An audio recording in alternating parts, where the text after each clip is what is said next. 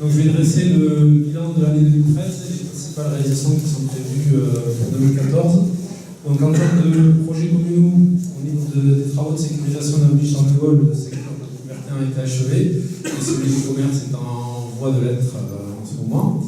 Le plantage des estagnols proches d'ici a été totalement réalisé, notamment en volet accessibilité pour les personnes handicapées.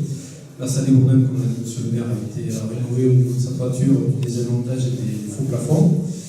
Au niveau du lotissement d'éco-quartiers, qu'il faut désormais appeler quartier de la Lande, la totalité des ouvrages publics ont été réalisés et les premiers logements ont été livrés. Enfin, on notera aussi des travaux de réhabilitation sur les bâtiments en farine qui nous servent entre autres à héberger tous nos saisonniers. En ce qui concerne le forum, il poursuit son petit bonhomme de chemin, un long chemin qui a commencé il y a fort longtemps, mais dont on ne désespère pas de voir l'aboutissement, avec l'élaboration des pièces écrites pour la candidature des aménageurs intéressés par le projet. Pour revenir sur le quartier de la Lande, on notera aussi une garantie apportée par la commune pour les emprunts permettant de réaliser l'opération. C'est des choses qui ne se voient pas mais qui sont importantes. Et il faut noter aussi l'intervention de la MAX et du Conseil général sur ce point-là. On notera aussi le lancement de la phase préparatoire pour le projet d'aménagement sur le terrain plein. Au niveau des projets intercommunaux, on notera le transfert du droit de priorité à la commune Max pour l'acquisition de terrains et bâtiments de l'ancien centre de vacances du ministère de l'Agriculture sur la zone du fond du lac et le début des travaux d'extension de la voie verte sur les axes est-ouest. En matière de délégation de services publics, nous sommes arrivés au terme de la procédure concernant le camping des Oyats, qui, vous savez, a connu quelques vicissitudes, mais j'espère qu'on sera bien parti pour les 17 années restantes de contrat. Pour parler brièvement de la saison estivale, nous sommes commune touristique et station de tourisme, donc c'est un volet important. On a eu un bon cru sur la pleine et l'arrière-saison, sans accident majeur à déplorer, mais très décevant sur l'avant-saison du fait d'une pluviométrie record qui nous a aussi amené quantité de déchets, qui nous a obligés à des efforts importants de la commune et du conseil général pour le nettoyage, mais qui ne nous a pas empêché d'avoir des qualités d'eau de baignade relativement bonnes comparativement à d'autres communes qui n'ont pas les mêmes caractéristiques géographiques que la nôtre. Au point de vue environnement, ça a été le fait marquant de cette année 2013. Donc sachez que sur les 6 premiers mois de l'année 2013, il a plu autant que sur toute l'année 2012.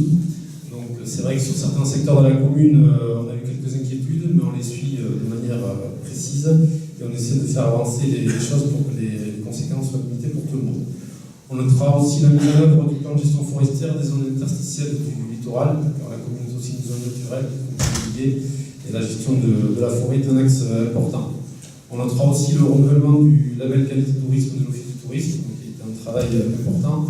Et une petite chose qui peut être insignifiante, c'est la réalisation d'un jardin de souvenirs au cimetière.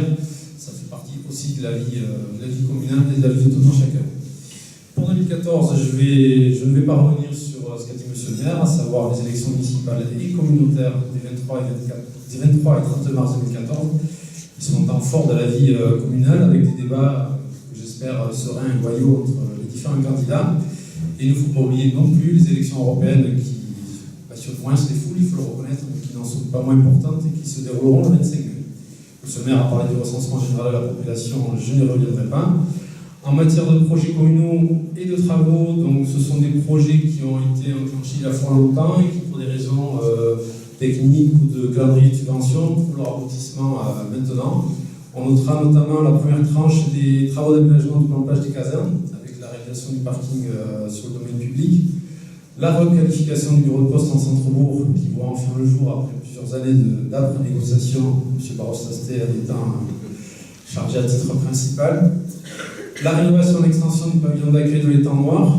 Le personnel travaille à l'heure actuelle dans des conditions pas très faciles et on espère apporter un outil qui corresponde bien mieux à la qualité de cet endroit et à la qualité du travail effectué par le personnel. L'achèvement, comme je l'ai dit tout à l'heure, des travaux de sécurisation à Charles de Gaulle sur les commerces et la livraison des derniers logements sur le quartier de la Lande, donc l'éco-quartier. Le forum, donc là on va rentrer dans le vif du sujet avec les appels à candidature pour les aménageurs. Donc là on verra un petit peu qui se présente, le choix définitif intervenant après les élections. Et aussi la poursuite de la phase préparatoire pour le projet d'aménagement sur le terrain du Play. Au niveau des projets intercommunaux, on va essayer de concrétiser, on va concrétiser la vente à la communauté de communes max dans le beau secteur sur la zone de l'Aubien pour répondre à la demande des entreprises. On va poursuivre la procédure sur les terrains de fond du lac, notamment sur la définition du projet qui devra être réalisé. Et enfin, l'achèvement des travaux d'extension de la voie verte sur les axes est-ouest.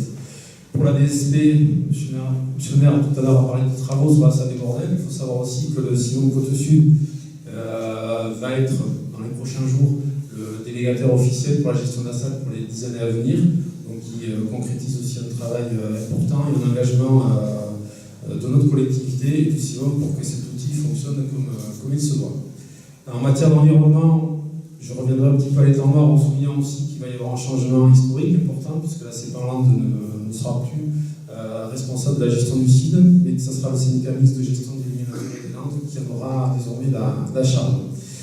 Je vais finir aussi par des projets qui sont peut-être moins visibles, qui paraissent moins importants, mais qui sont tout aussi cruciaux, notamment la mise en place d'un projet espace jeune, qui est à l'étude à l'heure actuelle, qui verra peut-être sa concrétisation si effectivement une demande et des possibilités en 2014. La finalisation avant les élections du projet de remise en œuvre de la réforme des rythmes scolaires, la commune ayant choisi de ne le faire qu'à la rentrée de 2014. La modification du système de gestion au niveau de l'aire d'accueil des camping-cars, quelque chose d'un petit peu plus professionnalisé, externalisé, et qui nous permette de faire fonctionner cet outil comme il se doit. Et pour ne pas oublier non plus le tourisme, un point important avec le passage de l'office de tourisme en catégorie 1 et le renouvellement du classement en commune touristique pour cette année. En espérant que la saison estivale voit un petit peu plus de soleil, un petit peu moins de pluie que l'année dernière. Voilà, c'est tout. Je vous remercie. Je vous souhaite le meilleur.